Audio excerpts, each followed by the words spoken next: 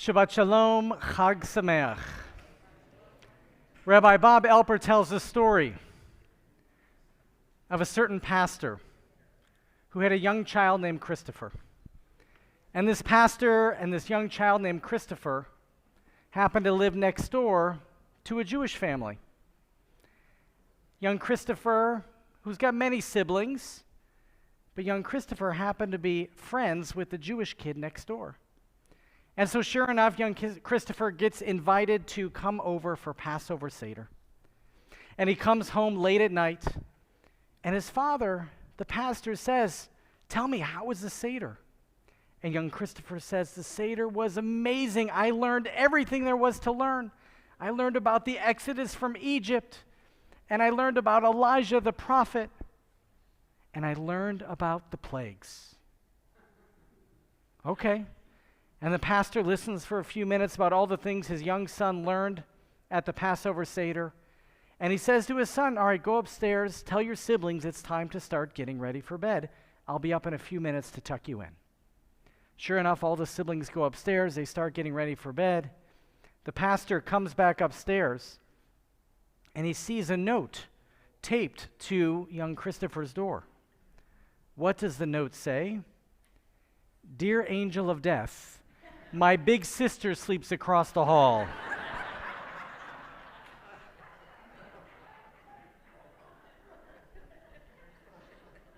Can you believe it's been a week of Passover? Apropos of what Chazan was just saying, we've been eating matzah for a week. Can you believe it? Now, I come into Pesach telling everybody and anybody as we talk about the holiday, I love Pesach. And it's really true. I love Pesach. But now on the seventh day of Pesach, I think I have to confess, I love 6/8 of Passover. 6/8, because by today, I'm kind of ready to be done. You know, the beginning of Passover, you have all this wonderful food, and you've got family and friends and the Seder, and it's so wonderful and joyful. And then you come out of the Seder, and you no longer have family and friends around, and it's really joyful. And you've got leftovers from Seder. And then after several days, what happens? You can't keep eating the leftovers. I really enjoy 6/8 of Pesach. And here we are on day 7. And we start to think about what it means, or perhaps why, God tells us to go a little extra longer. After all, why do we need 7 days of Pesach? Why do we need 8 days of Pesach? Isn't 1 enough? Isn't 3 enough? 6/8. Wouldn't that be enough? 7 in Israel. 8 days for those of us here suffering in Gullus, in diaspora. Wouldn't a few just be dayenu enough? As we come to our Torah reading for this morning of the 7th day of Pesach, we start to see that sometimes God decides time matters. Sometimes God decides time matters. Now, we're humans, and all the more so we're Jews. Therefore, our patience is not so long. And especially in this day and age, our rush to get to the end is even more and more. So it's significant, and I'll invite you to turn with me in your Eitz Chaim Chumashim. I'm at the very beginning of our Torah reading for this morning, page 399.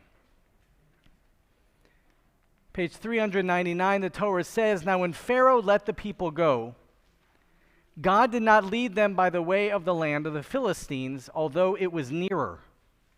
For God said, 'The people may have a change of heart when they see war and return to Egypt.' So God led the people round about by way of the wilderness at the Sea of Reeds. So while it might have only taken us a short trip had we taken the most direct route from Egypt to Israel, God leads us on a little longer route. Why does God lead us on a longer route? No Google Maps. We might want to turn around. Why might we want to turn around? It's tough. We're afraid. We've been in slavery for 400 years. We're not exactly geared up to fight a war. Our mentality is one of slaves and submission. So God says, if I just send them the most direct route by the way of the Philistines, there'll be war. They're going to turn around and go right back to Egypt. So what does God say? Let's give them the longer route. Now, interestingly enough, the Torah continues, and I just want to take a little bit more here. Now, the Israelites went up armed out of the land of Egypt. All right, well, we know they're preparing for war. The Hebrew is also fascinating. V'chamushim alu v'nei Yisrael me'eretz Mitzrayim. What is the root of the Hebrew word chamushim? Chamesh, which means, what in the world does this mean?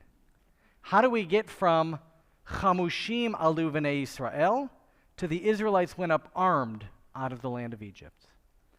Now, perhaps one explanation is just as the word armed talks about having a weapon in your hand. Chamesh, they had weapons in their hands. Maybe it's a pretty simple explanation like that. But there's an interesting midrash that actually talks about the word chamushim means 1/5. And it says that only 1/5 of our ancestors actually left Egypt. 4/5 remained behind because they didn't have the faith in God or in Moses, their leader, to lead them out of slavery. They were content in how they were. They were complacent in what they were doing.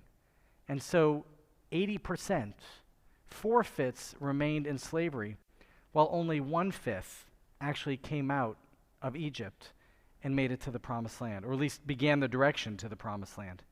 Now, you're welcome if you want to turn to the back of the Eitz Chaim Chumashim. We've got the maps.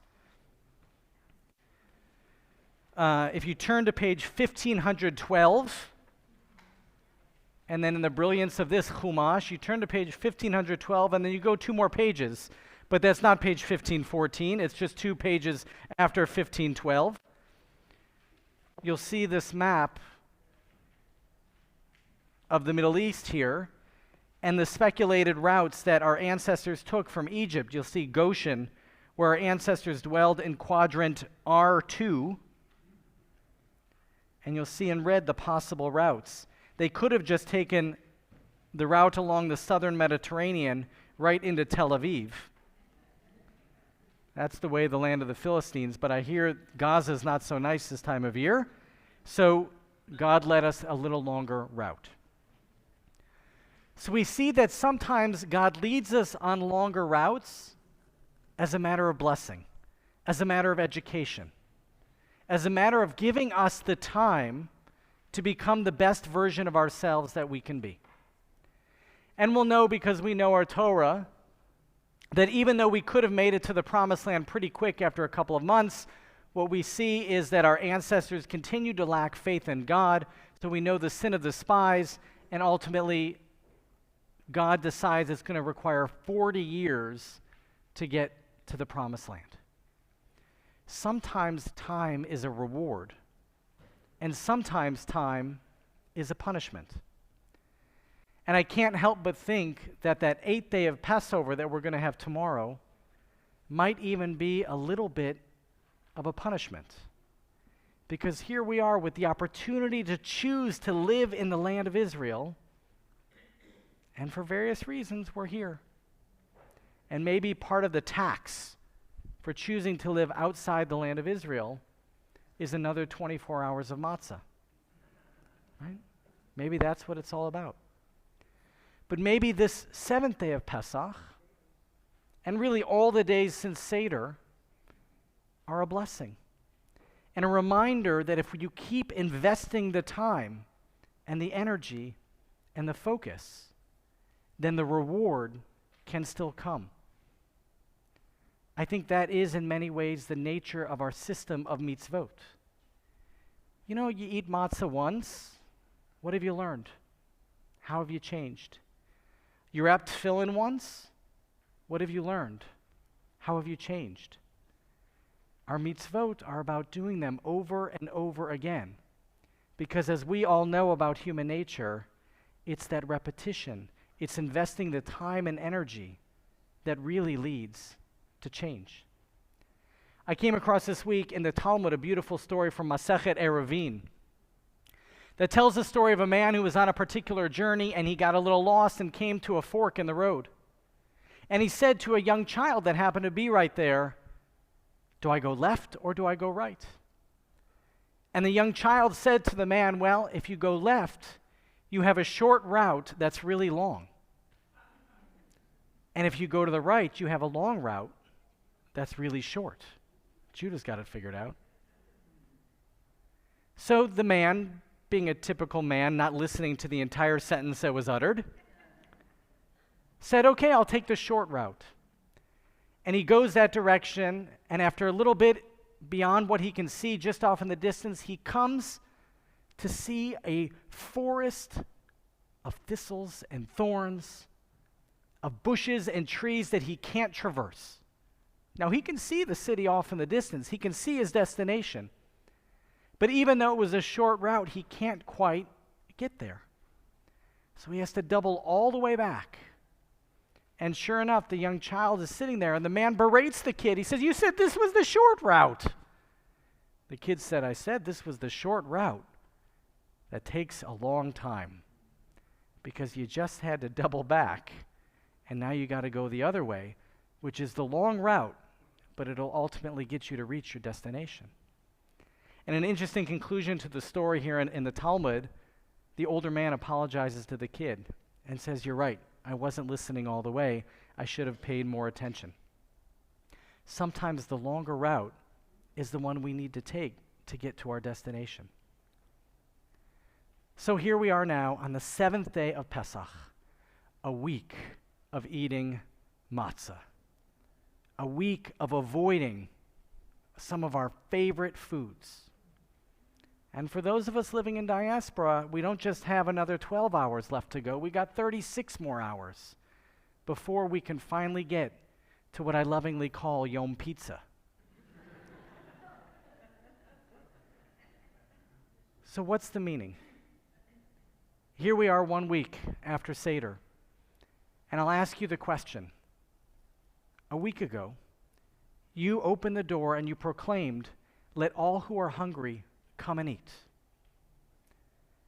How have you done at changing your life to better serve the poor? A week ago, we reminded ourselves that in every generation, the Jews suffer from anti-Semitism. How are you doing at combating anti-Semitism? A week ago, we reminded ourselves that God brought us out of slavery in Egypt to freedom in the Promised Land.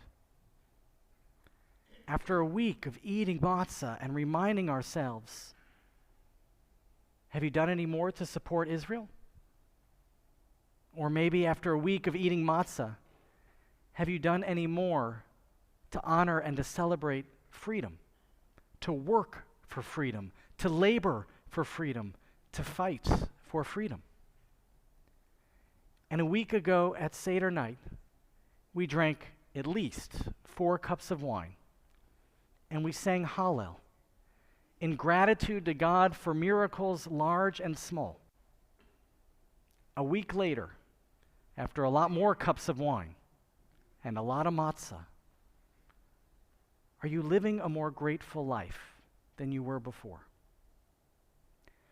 As we mark this 7th day of Pesach, and God leading us on a really long route to the Promised Land, might I invite you to bring yourselves back to Seder night and all of the themes and messages and lessons of the Seder, and invite you to ask yourself, now after a week of matzah, are you any closer to really living the values and the lessons that we celebrated on Passover night? And if not, what's it going to take for you to begin to transform your life, for us to make our lives holier and more impactful? Do we need another week of eating matzah? God forbid. But maybe instead, let's just remember that change takes time. And while time happens, we have to invest in the change.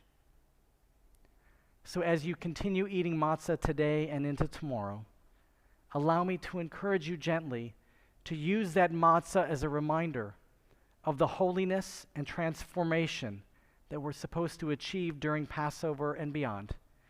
And may we, in the next 24 hours and 36 hours and beyond, continue to live and to be that change. Shabbat Shalom and Chag Sameach.